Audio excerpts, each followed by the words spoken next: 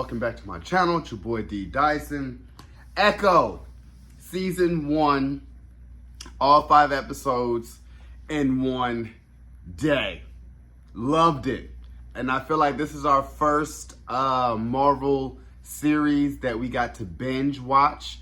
It was 1 episode short of The Falcon and the Winter Soldier. And I truly and thoroughly enjoyed it from start to finish.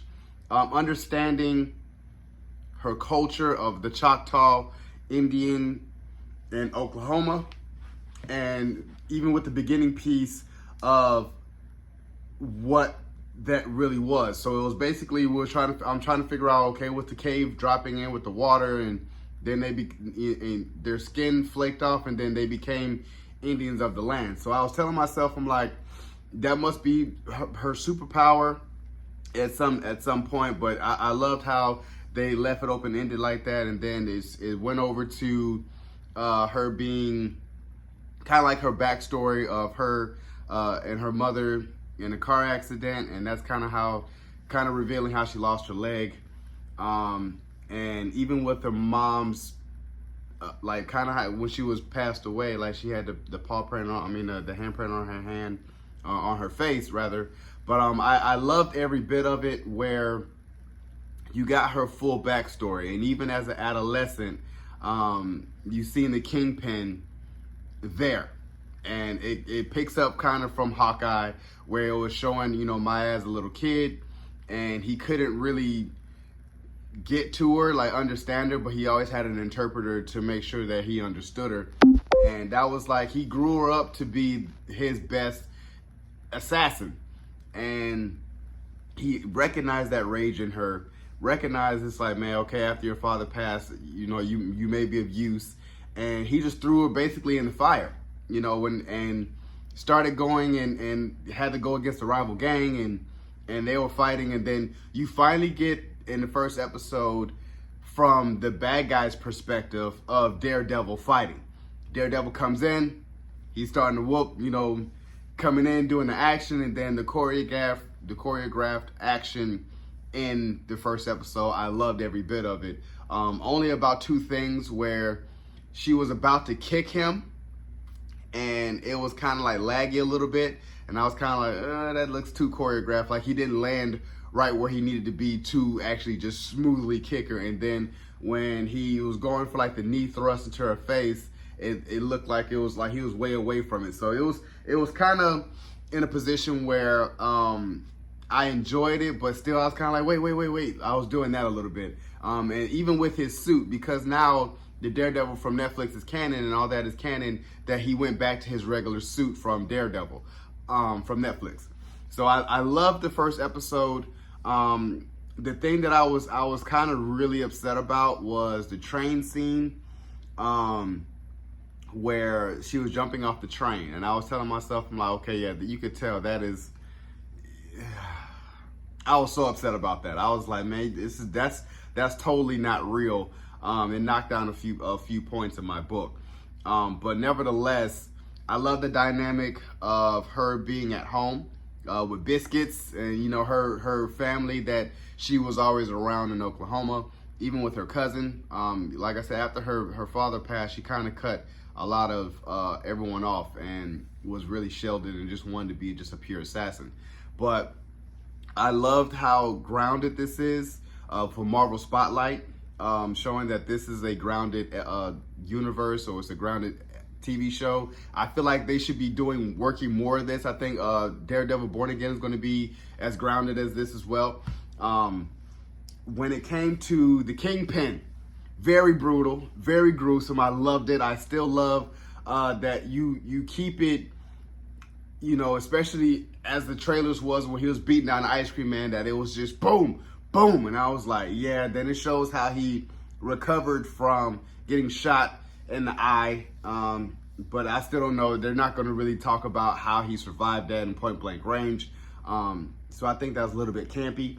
But I love the essence of the Kingpin, of how brutally smart he was. And even when he put the contact in her eye to communicate with her, and then when she signs, he can hear her. So I was like, I love that aspect of that's what type of kingpin he is. He's always trying to stay one step ahead.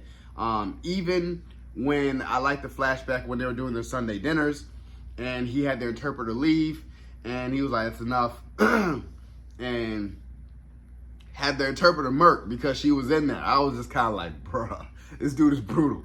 I loved every minute Vincent D'Onofrio was on the screen.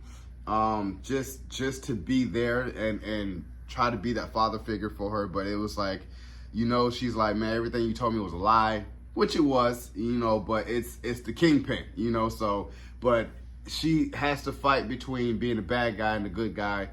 I think she was getting that Sony villain arc of, okay, you're an anti-hero type of thing. But I wanted to nevertheless to be, okay, yeah, you're siding with the kingpin and leave it at that. I was wanting her to go back to New York to be like, I'm siding with the kingpin to run my own empire. That type of thing. To just be like, this is a true villain. I want her to be a true villain. But I love the fact that she understood who she is, even through the powers of healing, because her mother was a healer, and that's what the Echo stands for as far as the healing.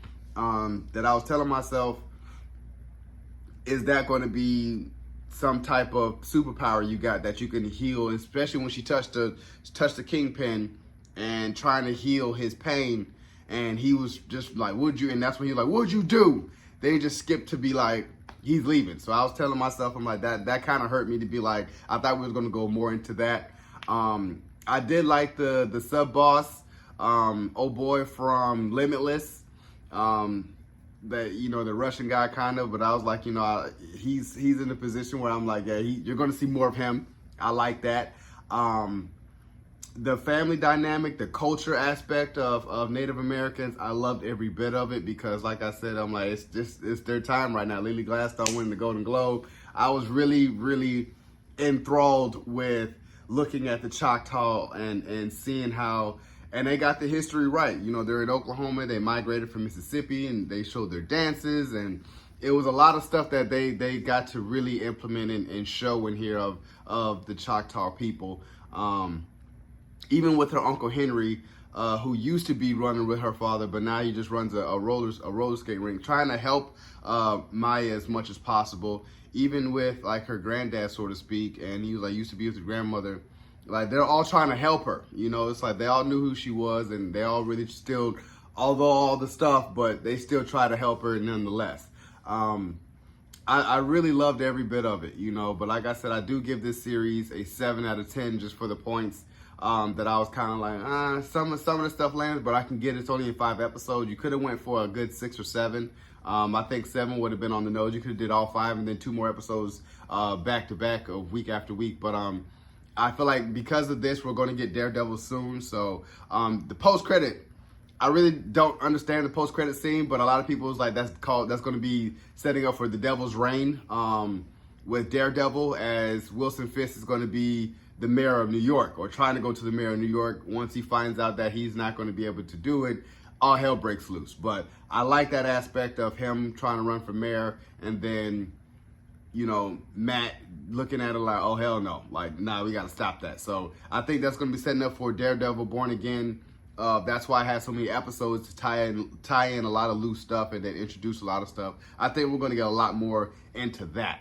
But as far as Echo, I really enjoyed this. I can't say that enough. To say that Marvel, you know, hit the new year full force with this, and the promotion for this, everything about this, I was kind of like, yeah. And I like the TVMA, especially when old boy got shot in the back, and then he just like, I was like, yeah. I love the violence. I'm not gonna lie, I love the violence in here, and I was telling myself, yeah, this is definitely gonna open up this year for Daredevil and Deadpool, so I'm here for it. So, you guys enjoyed my review of season 1 of Echo. Subscribe to my channel, post a comment down below, and like the video with your boy, D Dice. Peace.